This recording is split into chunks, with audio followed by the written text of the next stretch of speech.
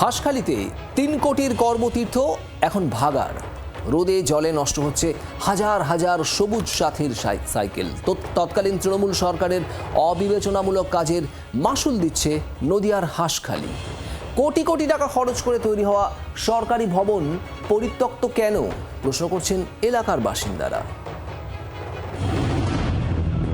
তৃণমূল আমলে উন্নয়নের নামে ঘটা করে তৈরি হয়েছিল কর্মতীর্থ। ফলকে এখনো চলচল করছে তৎকালীন মুখ্যমন্ত্রী মমতা বন্দ্যোপাধ্যায়ের নাম। ৩ কোটি ২০ লক্ষ টাকায় সরকারি ভবন তৈরি হলেও কাজের কাজ কিছুই হয়নি। নদিয়ার হাঁসখালিতে ২০১৮ সালে উদ্বোধন হওয়া কর্মতীর্থ এখন যেন হানাবাড়ি।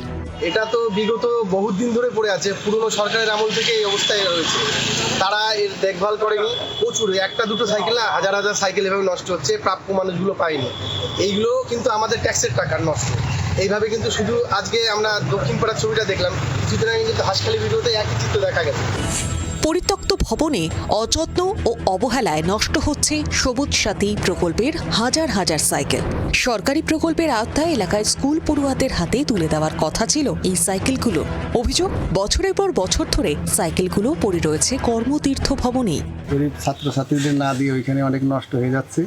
সেই সাইকেলগুলো যদি গরিব ছাত্রছাত্রীদের দেওয়া হতো তাহলে তাদের কিছু সাহায্য বা উপকৃত হতো।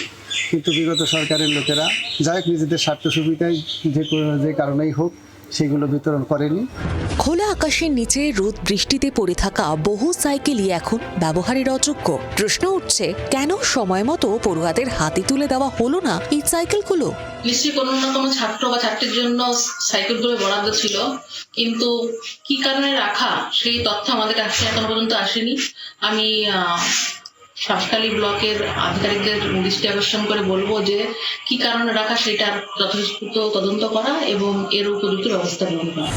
কাদের গাফিলতিতে সরকারি সম্পত্তির এই পরিণতি? কেনই বা কোটি কোটি টাকা খরচ করে তৈরি ভবনটি কার্যত পরিত্যক্ত অবস্থায় পড়ে? সরকারি সম্পত্তির এই অপচয়ের জন্য দায়ী কারা? প্রশ্নের উত্তর চাইছেন হাঁসখালির বাসিন্দারা। নদিয়া থেকে বিশ্বজিৎ মিত্রের রিপোর্ট, জি24 ঘন্টা। বাংলার আওয়াজ, বাঙালির আবেগ, জি24 ঘন্টা।